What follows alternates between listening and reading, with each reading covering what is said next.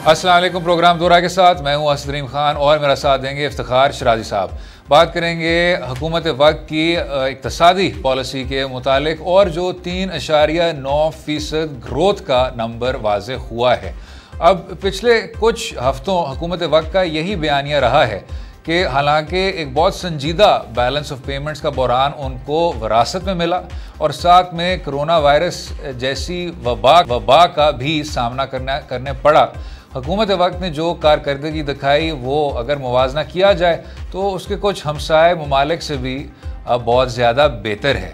लेकिन दूसरी जानिब हिज़्ब इख्तिलाफ का कहना है और कुछ लोग जो मईशत पर भी गहरी नज़र रखते हैं, उनका कहना है कि बेरोज़गारी में इजाफ़ा हुआ, महंगाई में इजाफ़ा हुआ और जो एक तरह से ये दावा था हुकूमत वक्त की जानिब से कि मईशत को मज़ीद मुस्तहकम किया जाएगा, उसमें भी बहुत ज़्यादा गुंजाइश देखने को मिली है। अब हमारे साथ इस सब पर बात करने के लिए हाजी कुर्बान साहब हैं, जो कि साबिक वाइस प्रेसिडेंट भी हैं federation of Pakistan chambers of commerce. बहुत बहुत शुक्रिया हाजी कुर्बान अली साहब शो में शामिल होने का, अपना कीमती वक्त हमें देने का। सबसे पहले ये बताइएगा सर, इस नंबर पे भी बहुत ज़्यादा कंट्रोवर्सी हो रही है कि 3.9% ग्रोथ दिखाने के बाद हुकूमत वक्त ये ज़रूर कह सकती है कि मईशत एक तरह से बहाल हो रही है, उनके जो इस्लाहात हैं वो काम आ रहे हैं और चाहे सनत का पहिया हो, इंडस्ट्री का पहिया हो, एक बार फिर वो चालू हो रहे हैं। आप सर, क्योंकि इन तमाम अमूर पर आपकी इतनी गहरी नज़र रहती है, क्या राय रखते हैं? बिस्मिल्लाहिर्रहमानिर्रहीम। मैं सबसे पहले डॉन न्यूज़ का मशकूर हूँ कि आपने हमें इस अहम मौजू पे मदऊ किया। जिस तरह आपने सवाल किया कि जो सिचुएशन है मौजूदा, जो बजट के ऊपर क्या शरह ग्रोथ के ऊपर जो हुकूमत ने अदाद शुमार नशर की, क्या वो दुरुस्त है, सही है, गलत है। मैं अर्ज़ करता चलूँ कि हमारी कोशिश रही है कि बिज़नेस कम्युनिटी वक्तन फ़वक्तन हुकूमत वक्त को तजावीज़ दें। इस बजट के ऊपर हमने मुकम्मल, हमारी जो प्रेसिडेंट साहब हैं, सीनियर वाइस प्रेसिडेंट और हमारा मियां अंजुम निसार साहब और ज़करिया उस्मान साहब जो आपके साथ लाइन पे भी मौजूद होंगे, अभी वो डिटेल आपको ब्रीफ करेंगे। और हमने एक बुकलेट बनाया है, गवर्नमेंट ऑफ पाकिस्तान को हमने अपने सजेशन दे दी हैं। और कल भी हमने सेनेट के कायमा कमेटी के चेयरमैन हैं, जो स्टैंडिंग कमेटी का जनाब तला महमूद साहब और कामिल अली आगा साहब और अब्दुल कादिर खान साहब और दीगर सीनियर लोग और पूरा पाकिस्तान से, कराची से, लाहौर से, गुजरांवाला से, फैसलाबाद से, बिज़नेस कम्युनिटी की जो सीनियर लीडरान है, हमारी कोई 4.5-5 घंटे की मीटिंग जारी रही। और इससे पहले हमारी टीम का जो सरबराहान का बिज़नेस कम्युनिटी का, उन्होंने तजावीज़ जनाब शौकत तरीन साहब को, खसरो बख्तियार साहब को और रज़ाक दाऊद साहब को, इवन वज़ीर आज़म पाकिस्तान साहब से हमारा चेयरमैन अंजुम निसार साहब ने मुलाकातें की। और हमारी कोशिश है, जिस तरह आपने कहा कि महंगाई, बिल्कुल महंगाई में कोई दो राय नहीं है कि कोविड के वजह से महंगाई बढ़ गई है, गरीब आवाम के लिए मुश्किलात ज़रूर हैं। साथ साथ कुछ इंडस्ट्री में, जैसा कंस्ट्रक्शन इंडस्ट्री है, टेक्सटाइल है, उसमें बेहतरी भी आई है, स्टॉक एक्सचेंज में बेहतरी आई है, आपके सामने है, आपका नज़र है। आप लोगों का, शराजी साहब मेरे साथ यहाँ तशरीफ़ रखते हैं, ये बेहतर समझते हैं, आप लोग बेहतर समझते हैं कि इसमें कुछ चीज़ों में बेहतरी भी आई है। तो ऐसा नहीं है कि मुकम्मल चीज़ों के ऊपर मुकम्मल इसमें ख़राबियाँ पैदा हुई। लेकिन कुर्बान साहब, इनफैक्ट वही जो बात असद भी कर रहे थे कि आपको लगता है कि जो ग्रोथ का टारगेट जो कहा जा रहा है कि 4.8 तक जाएगी, तो आपको लगता है जाएगी? और दूसरा, आपकी गुफ्तगू से ये तो अंदाज़ा हुआ है कि ये गवर्नमेंट बिज़नेस कम्युनिटी को इंगेज कर रही है, जैसे आप कह रहे हैं कि मुलाकातें भी हुई हैं, कंसल्टेटिव सेशंस भी हो रहे हैं। लेकिन मैं आपकी बुकलेट भी देख रहा था, मुझे इसका जो हेडर है वो बड़ा अजीब लग रहा है कि गोया के टैक्सों को कम करें और इससे ग्रोथ बढ़ेगी और आपकी टैक्स कलेक्शन भी बढ़ जाएगी। तो ये कैसे मुमकिन होगा? इसमें आपने कैसे इस पर गवर्नमेंट कन्विंस भी हुई है जो आप तजावीज़ लेके गए? बिल्कुल। देखिए शराजी साहब, आप एक चीज़ ऐसा टैक्स लगा देते हैं, अगर 100 रुपया का आप खर्चा होता है 1000 रुपया का, ऐसा टैक्स लगाने से ना लगाना बेहतर है। जो टैक्स पेयर है ओरिजिनल, जिस उनको इज़्ज़त मिलना चाहिए, रिस्पेक्ट मिलना चाहिए, उनकी जो टैक्स नेट में जो लोग नहीं हैं उनको कोशिश करना चाहिए कि उनको उस टैक्स नेट में शामिल किया जाए। अगर आप बिज़नेस कम्युनिटी की अगर उनकी इज़्ज़त नहीं करेंगे, उनको माफिया कहेंगे, उनको इस तरह की बात कर लेंगे, सारे बिज़नेस कम्युनिटी तो इस तरह नहीं है, कुछ लोग खराबी पैदा कर सकते हैं, तो उनके साथ हर आदमी को शामिल नहीं किया जा सकता शराजी साहब। तो इसमें हमारी जो तजावीज़ है रिसर्च के बाद हमारे सीनियर्स ने दिया है, ऐसा नहीं है कि हमने वैसे ही बैठ के 2-3 महीने लगाए और उन्होंने डिटेल इसके ऊपर काम किया है, तो पूरा मैंने आपके हवाला कर दी है। फिर बेहतर उस्मान ज़करिया साहब आपको बता देंगे कि वो इस चीज़ के ऊपर शामिल रहे हैं, बहुत ज़्यादा उनकी रिसर्च है और वो आपको अच्छी अंदाज में आपको बता सकते हैं। हाजी कुर्बान साहब, जो एक तासुर जाता है सर कि पाकिस्तान उन ममालिक की फहरिस्त में अक्सर शामिल होता है कि यहाँ टैक्स सबसे कम इकट्ठा किया जाता है, और साथ में ये तनकीद भी की गई पिछली हुकूमत पर भी और इस हुकूमत पर भी कि जब टैक्स को कलेक्ट करने का वो वक्त आता है तो आप उन टैक्सेस पर तवज्जो नहीं देते जो कि बराह रास्त हों। आप इनडायरेक्ट टैक्सेस के ज़रिए, सेल्स टैक्स के ज़रिए उन कोटाज़ को पूरा करने की कोशिश करते हैं, जबकि आपकी जो बहुत बड़ी बड़ी कम्युनिटीज़ हैं, ताजर कम्युनिटी है, बिज़नेस कम्युनिटी है, वो शायद उस तरह टैक्स की अदायगी नहीं कर रही जिस तरह उनको करना चाहिए। क्या ये तनकीद बजा है सर? बिल्कुल, देखें जो शुरू से जो लोग टैक्स दे रहे हैं वो बेहतर अंदाज में टैक्स दे रहे हैं। कुछ लोग ऐसे हैं कि वो टैक्स नहीं देना चाहते हैं या उस नेट में नहीं आ रहे हैं, तो इसमें हुकूमत की ज़िम्मेदारी है। दूसरी ये जो जहाँ तक आपने अर्ज़ किया कि पॉलिसी जो हमारी तसलसल नहीं रहती है, FBR का निज़ाम ठीक नहीं है हमारा। FBR का जब तक इमरान खान साहब कह रहे थे कि मैं FBR को दुरुस्त करूँगा, मगर हमने देखा कि FBR अभी तक जिस तरह ठीक होना चाहिए था वो नहीं हो सका।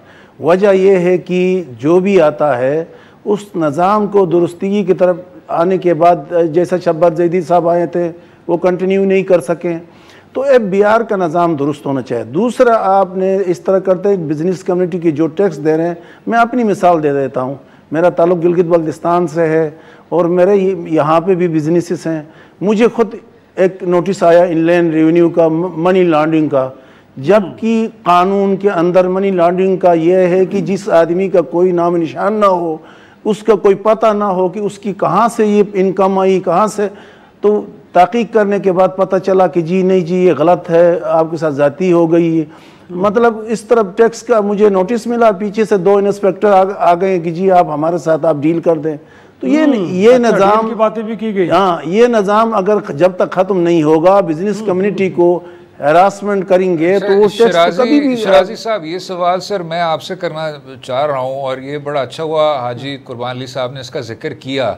ये ज़्यादा से ज़्यादा आपकी जो बिज़नेस में जो आपके बिज़नेस लीडर्स हैं वो ये गिला कर रहे हैं कि आप मनी लॉन्ड्रिंग जैसे संजीदा इल्ज़ामात उन पर लगा देते हैं। इनलैंड रेवेन्यू के ज़रिए ये नोटिस आ जाते हैं उनको, और जिस तरह कुर्बान साहब ने बिल्कुल दुरुस्त फरमाया सर, जस्टिस काजी फ़ायज़ ईसा साहब का भी जो लैंडमार्क फ़ैसला है वो इस नुक्ते पर है, जब तक आप ज़राए आमदन, प्रेडिकेट ऑफेंस जैसी चीज़ों को वाज़े नहीं कर सकते, साबित नहीं कर सकते, ये बता नहीं सकते कि मनी लॉन्ड्रिंग कौन से जुर्म के साथ जुड़ी हुई है, तो इस तरह के नोटिस बिल्कुल बेबुनियाद हैं, बल्कि आपके बिजनेसेस को मज़ीद मुतासर कर रहे हैं, एक परसिक्यूशन की एक फ़िज़ा बना रहे हैं। तो क्या इसको भी नहीं रोकना चाहिए? बिल्कुल रुकना चाहिए मेरे ख्याल में। और सबसे बड़ा चैलेंज यही है कि इस वक्त जो FBR की मशीनरी है, बजाय ये कि वो लोगों को इनकरेज करे कि वो टैक्स नेट में आएँ और अपने आप को डॉक्यूमेंट करें, रादर इस तरह के जो टैक्टिक्स यूज़ किए जाते हैं, लोग हरास होते हैं। और बाकी यकीनी तौर पे आपको याद है कि ये गवर्नमेंट भी जो कि एमनेस्टी के ऊपर यकीन नहीं रखती थी, लेकिन उसको देनी पड़ी, उसके बावजूद भी लोग रिलक्टेंट हैं। उनका ख्याल ये है कि जब उस नेट में आएंगे तो उसके बाद उनको फिर एक सवालनामा भिजवा दिया जाएगा कि वसाइल कहाँ से आए। तो वो जो एमनेस्टी मिली थी, एमनेस्टी के बाद भी अगर आपको सवालनामे मिलेंगे तो लोग फिर आप पे एतबार करने के लिए तैयार नहीं है। तो मेरे ख्याल में इमरान खान साहब भी बुनियादी तौर पे कोशिश ये कर रहे हैं कि कोई ऐसा एक ऑटोमेटेड सिस्टम लेके आया जाए जिसमें मशीनें चीज़ों को देखें और जो ह्यूमन इन्वॉल्वमेंट है वो कम से कम की जाए। जब वो हो जाएगी मेरे ख्याल में असद, तो उसके बाद इस तरह के ब्लैकमेलिंग टैक्टिक्स और जिस तरह कह रहे हैं कि एक नोटिस, अब मुझे तो लग रहा है हम इस शुबे का इजहार कर सकते हैं कि जानबूझ के एक मनी लॉन्ड्रिंग का संगीन इल्ज़ाम का नोटिस भेजा गया और उसके बाद जिस तरह कुर्बान साहब कह रहे हैं कि बाद में 2 लोग आ गए और फरमा रहे हैं कि आए हमसे डील कर लें, तो लगता है कि ये गलती से नहीं हुआ, it was a deliberate effort कि भाई आप किसी को उस तरह एंगेज करें और उसके बाद उसकी जेब से पैसे निकालें। तो मेरे ख्याल में खान साहब को इन्हीं चीज़ों को देखने की ज़रूरत है। लोग टैक्स नेट में आना चाहते हैं लेकिन वो इन माफिया से जो इन इंस्टीट्यूशंस के अंदर बैठे हैं उनसे डरते हैं। कुर्बान साहब मैं थोड़ा सा और भी जानना चाहूँगा, आपका नॉर्दर्न एरिया से ताल्लुक़ भी है और इमरान खान साहब टूरिज़म को लेके भी बड़े एक तरह से उनका ये पैशन है कि एक ऐसा सेक्टर है जो पाकिस्तान को अरबों डॉलर कमा के दे सकता है। एक तो इसके हवाले से बताया कि आपको लगता है कि गवर्नमेंट ने कुछ एंगेज किए हैं लोगों को कि किस तरह इस सेक्टर को ऊपर उठाया जा सकता है, और साथ में CPEC को कहा जाता है कि बड़ा गेम चेंजर है पाकिस्तान के लिए। तो आपको लगता है कि जब ये नया बजट आएगा तो इन 2 सेक्टर्स के हवाले से भी लगेगा कि हुकूमत एक बड़े फोकस्ड वे में आगे बढ़ रही है? जी शराजी साहब, आपका जो पहला सवाल था उसको मैं मुकम्मल कर लूँ कि मैं उन बंदों का नाम भी बता सकता हूँ और जिन्होंने एक नोटिस नहीं 8-10 नोटिस भिजवा दिया। फिर मैंने उस लेवल की वकील को खड़ा किया, फिर उसने 1 by 1 2016 से मेरी रिकॉर्ड चेक की। उन्होंने मल्टीमीडिया पे मुझसे ब्रीफिंग ली कि भाई फ़लान चेक तुम्हारा कहाँ से आया। मैंने अपने वकील को ब्रीफ किया, फिर मैंने उस हाई लेवल का कंसल्टेंट को हायर किया और उसमें मुकम्मल उन्होंने कहा कि भाई आपके साथ ये इन्होंने जुल्म और ज़्यादती की है। जहाँ तक आपकी टूरिज़म की बात की है, इमरान खान साहब की बहुत ख्वाहिश है गिलगित बल्दिस्तान, वो बहुत पुराने उनका विज़िट होता रहा है गिलगित बल्दिस्तान। वो कह रहे थे कि पता नहीं आज से 30-35 साल 40 साल पहले भी वो विज़िट कर चुके हैं और जब से प्राइम मिनिस्टर बने हैं उससे पहले भी उनके विज़िट्स होते रहे हैं। खान साहब ने जो हाल ही में 370 अरब रुपये का बजट का अनाउंस किया है उसमें से तकरीबन 151 अरब का स्कीमें भी अप्रूव हो चुकी है और वो खुसूसी तौर पर टूरिज़म पे तवज्जो देना चाहते हैं क्योंकि टूरिज़म वो कहते हैं कि गिलगित बल्दिस्तान स्विट्ज़रलैंड से ज़्यादा खूबसूरत है और नेचुरल है और इसमें कोई शक नहीं है। दुनिया की बेहतरीन 12 पीक्स गिलगित बल्दिस्तान में आपको मौजूद है। दुनिया का खूबसूरत मैदान दिवसई प्लेन और दुनिया के बेहतरीन लेक्स गिलगित बल्दिस्तान में शराजी साहब आप बेहतर समझते हैं। तो गिलगित बल्दिस्तान में जो अपॉर्चुनिटी है टूरिज़म का, फिर हमारा दोस्त मुल्क चाइना का हमारे साथ जो बॉर्डर लगा हुआ है कि वहाँ पे बॉर्डर के ऊपर लाखों टूरिस्ट आके वापस चले जाते हैं, हम उनको भी राग़िब करा सकते हैं अपने इलाके में। तो इसके लिए खान साहब ने खुसूसी पैकेज रखा है टूरिज़म के लिए जिसमें चीफ मिनिस्टर गिलगित बल्दिस्तान एक एनर्जेटिक चीफ मिनिस्टर है और यंग है, पढ़ा लिखा है, बैरिस्टर है, उनकी भी बड़ी काविशें हैं।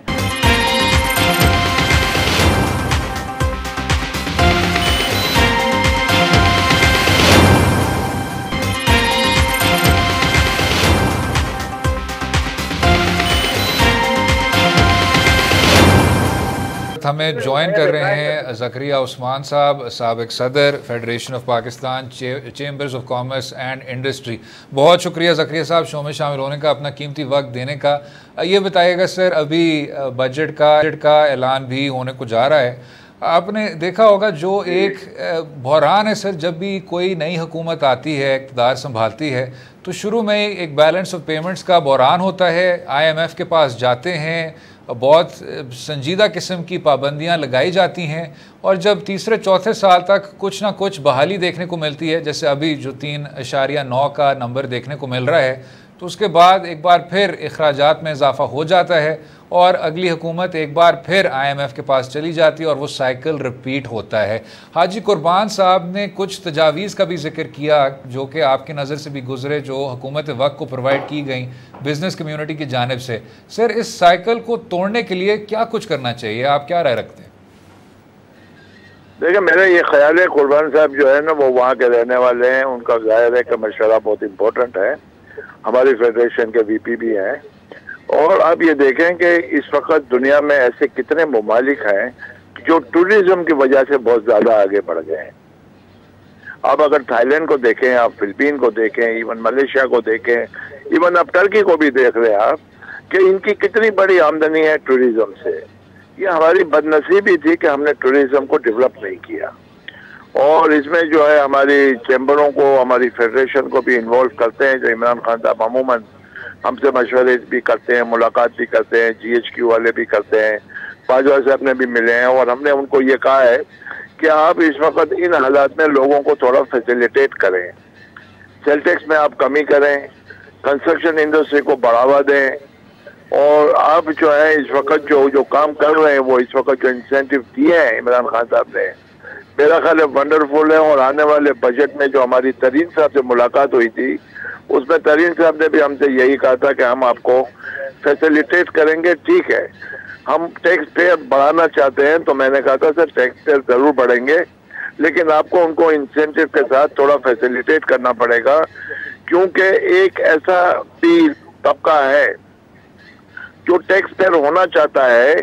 लेकिन उसको कॉन्फिडेंस नहीं आ रहा गवर्नमेंट पे कि ये कोई ना कोई जो FBR जो प्रॉब्लम क्रिएट करता है, तो वो समझते हैं कि हम इन होकर ऐसा नहीं फंस जाए। तो उनको ये कॉन्फिडेंस देने की बात है कि ऐसी कोई बात नहीं है।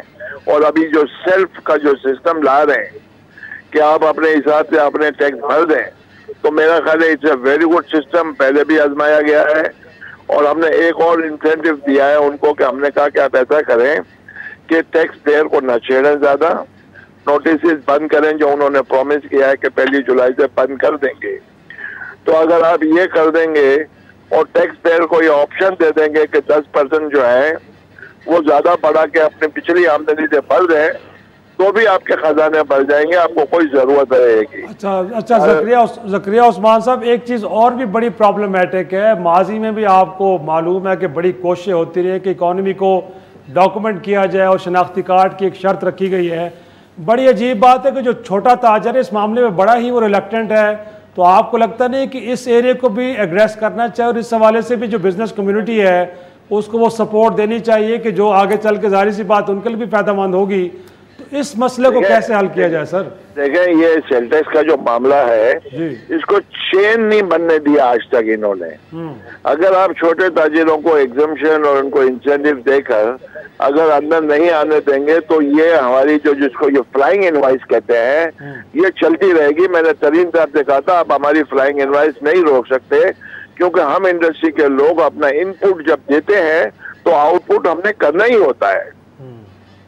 अब आप जो है एक काम करें कि हम जो अपने एजेंट्स को 10% देते हैं माल बेचने के लिए, हम 11 दे देंगे उनकी तरफ से भी जो छोटे ताजिर हैं। लेकिन आप बाकायदा एक सिस्टम दें और ये चेन कंप्लीट करें। जब तक चेन कंप्लीट नहीं होगी डॉक्यूमेंटेशन 100% नहीं हो सकता, और डॉक्यूमेंटेशन एक दिन में नहीं होता। आपको इसको पहले सिस्टम में लाना है, इसकी चेन मुकम्मल करनी है, सेल टैक्स को कम करना है, इंडस्ट्रियलाइजेशन को इंसेंटिव देना है, और वो जो हमारी पोजीशन थी और कंटिन्यूएशन ऑफ पॉलिसी की गारंटी देनी है। जैसे 5 साल मंसूबे अयूब खान के जमाने में बने थे, और 58 से 68 का जो दौर था जिसको देख के कोरिया भी देखता था, और जब मैं कोरिया गया था डेलीगेशन लेकर, तो वो कहते थे कि आप ही के एक आदमी ने हमें दिया था ये प्रोग्राम, और हम उस पर चल निकले, और आज देखें वो कहाँ पहुंच गया है। तो हमारे पास यंग कैडर बहुत है, लेकिन इंडस्ट्रियलाइजेशन उस हिसाब से नहीं हुआ जिससे वो डिसहार्टेड हुआ है। वोकेशनल ट्रेनिंग नहीं हुई, वोकेशनल एजुकेशन के सेंटर नहीं खुले।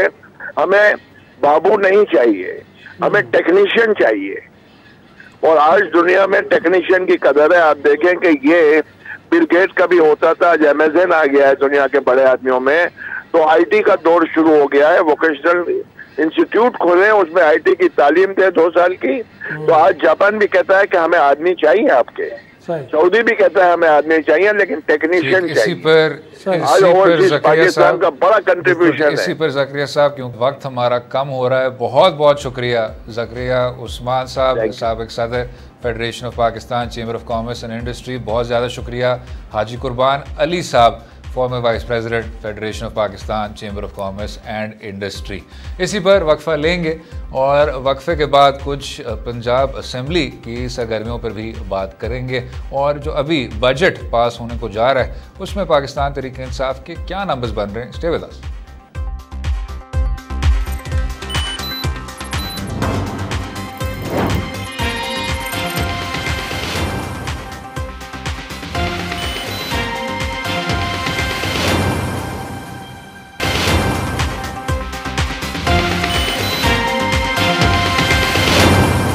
Welcome back to Do Rai. बात करेंगे शुगर कमीशन रिपोर्ट के बाद पाकिस्तान तरीके इंसाफ के बीच ही दरारें देखने को मिली और एक हम ख्याल ग्रुप भी सामने आ गया।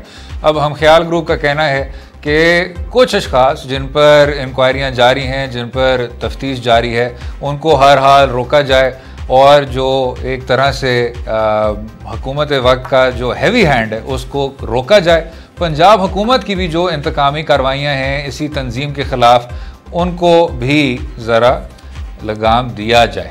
लेकिन साथ में ज़रा सुन लेते हैं, जिस तरह बजट भी करीब आता जा रहा है, हम ख्याल ग्रुप के लीडरान का क्या कहना है कि अगर इसी तरह का सिलसिला जारी रहे तो बजट को भी शायद हम मंजूर ना होने दें। सुन लेते हैं।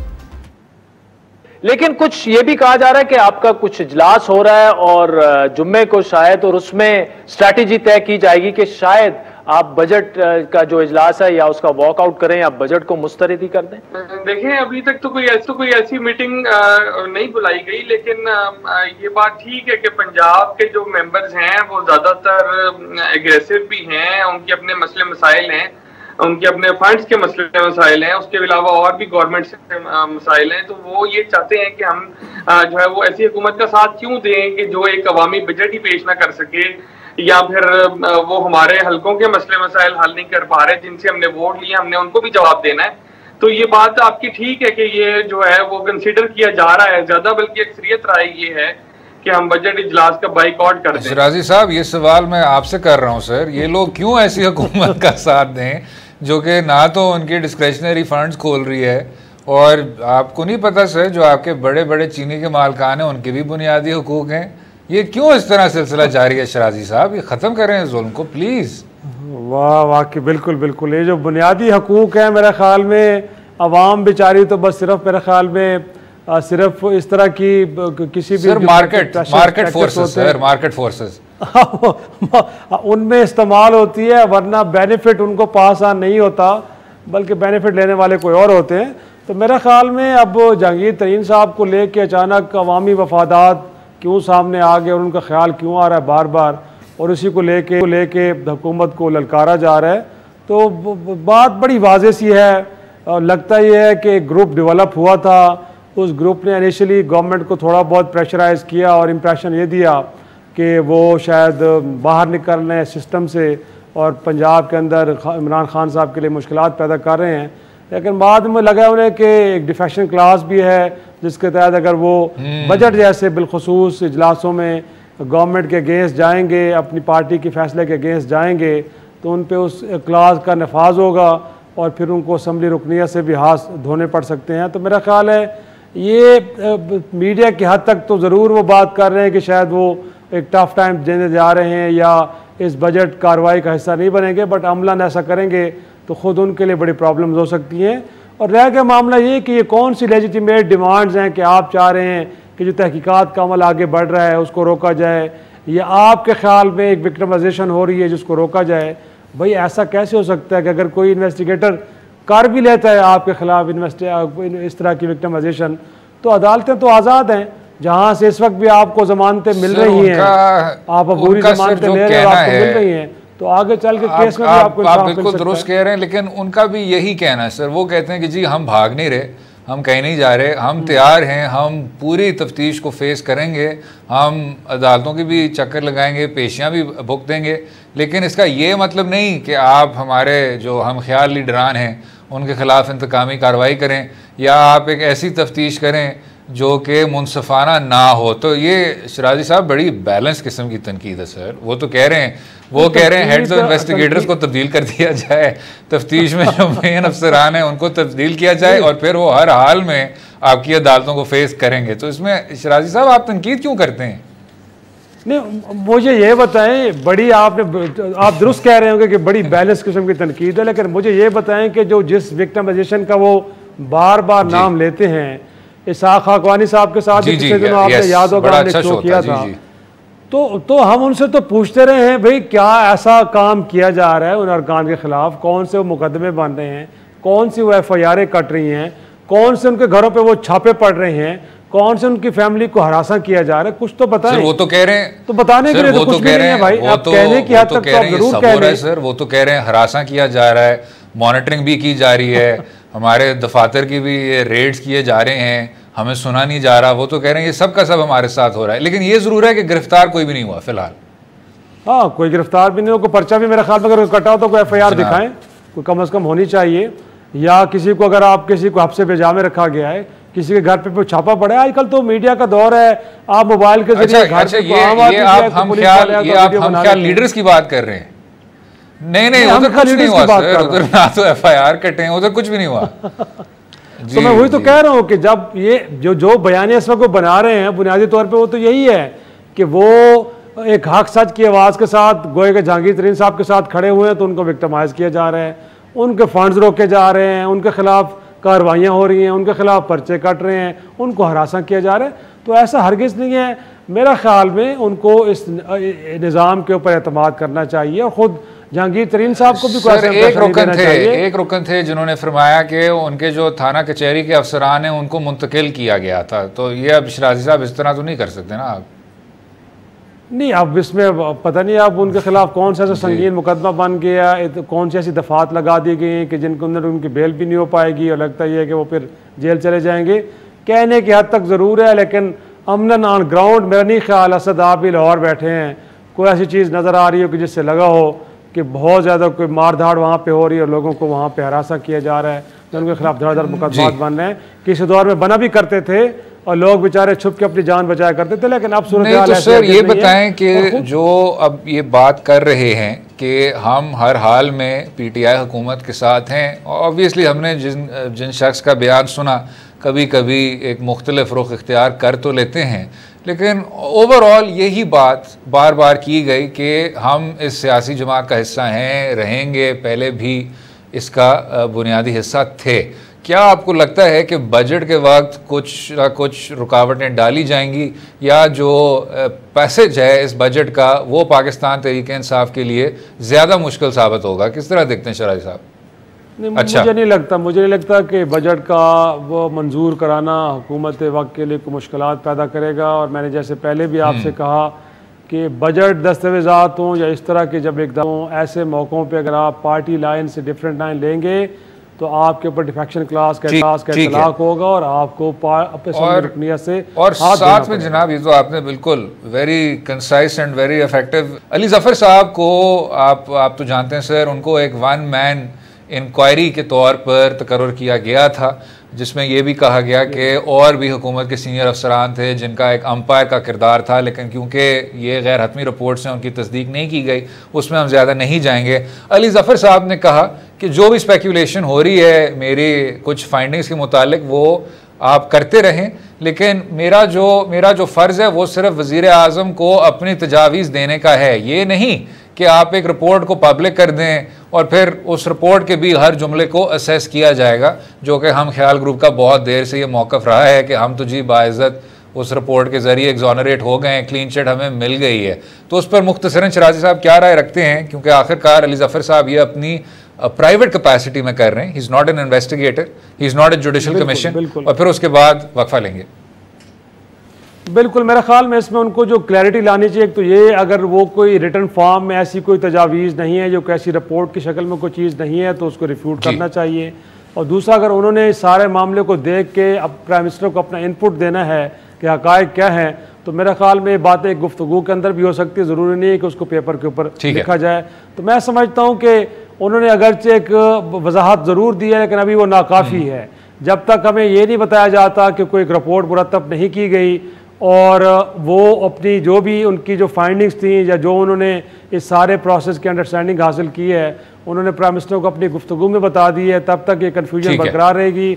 और जो राजा रियाज साहब का क्लेम है वो भी अपने बिल्कुल ठीक। वक्फा लेंगे, वक्फे के बाद बैनुल-अक़वामी पर बात करेंगे अफगानिस्तान में अमरीकी अफवाज के इनखला के मुतालिक और पाकिस्तान को क्या लाए अमल तय करना चाहिए। स्टे विद अस।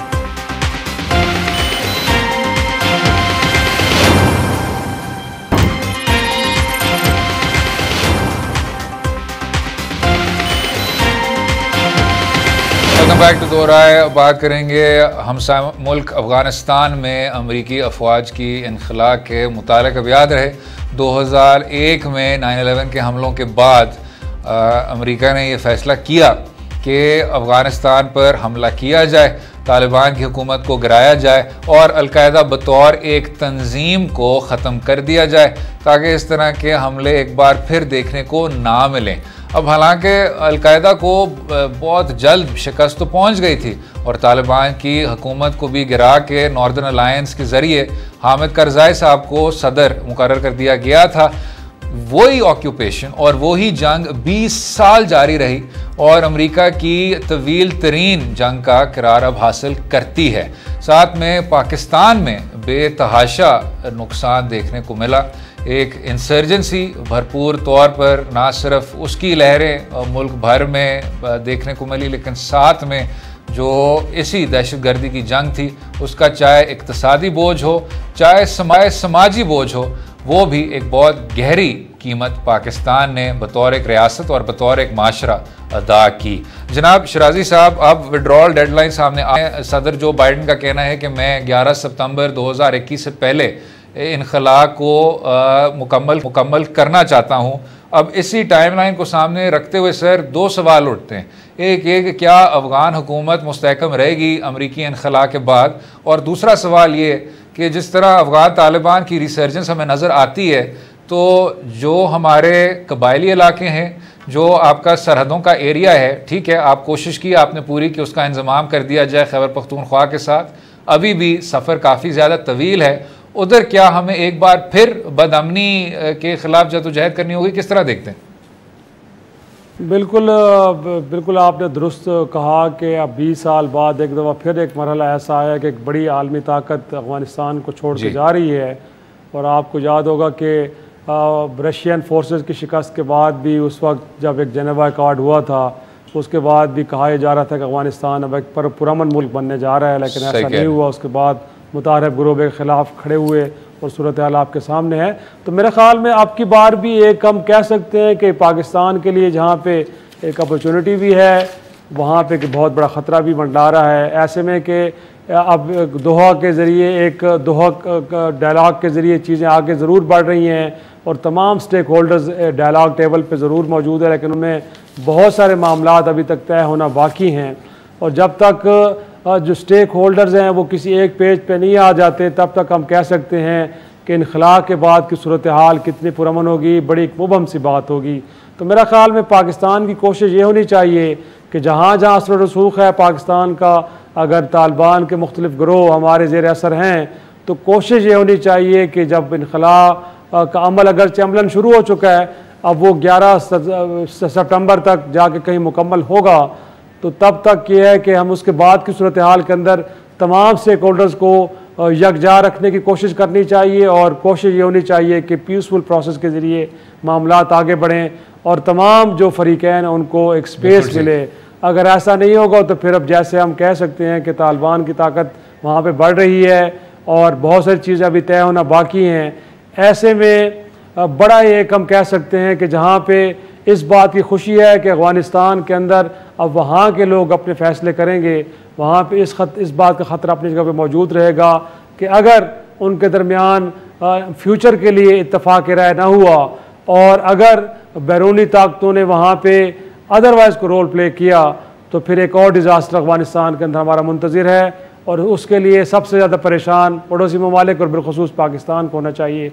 जैसे आपने कहा कि इससे पहले भी अफ़गानिस्तान की सूरत हाल का जो एक तरह से उसका जो असर है सबसे ज़्यादा पाकिस्तान ने उसको फील किया। 70,000 लोग हमारे मारे गए, $100 अरब से ज़्यादा हमारी इकॉनमी को नुकसान पहुँचा। तो मेरे ख्याल में एक बार फिर हमारे लिए एक इम्तिहान की घड़ी है, इसमें बड़े तरह के साथ आगे बढ़ना पड़ेगा। शराजी साहब क्योंकि वक्त भी कम हो रहा है, बिल्कुल आप दुरुस्त कह रहे हैं, एक तरह से मौका भी है कि इस बार कुछ चीज़ें की जाएं एक मुख्तलिफ तनाजुर में। उम्मीद है आपको आज का प्रोग्राम पसंद आया होगा। मुझे और शराजी साहब ऐसे भी आगाह कीजिए और अगले हफ्ते तक इजाज़त दें। खुदा हाफ़िज़।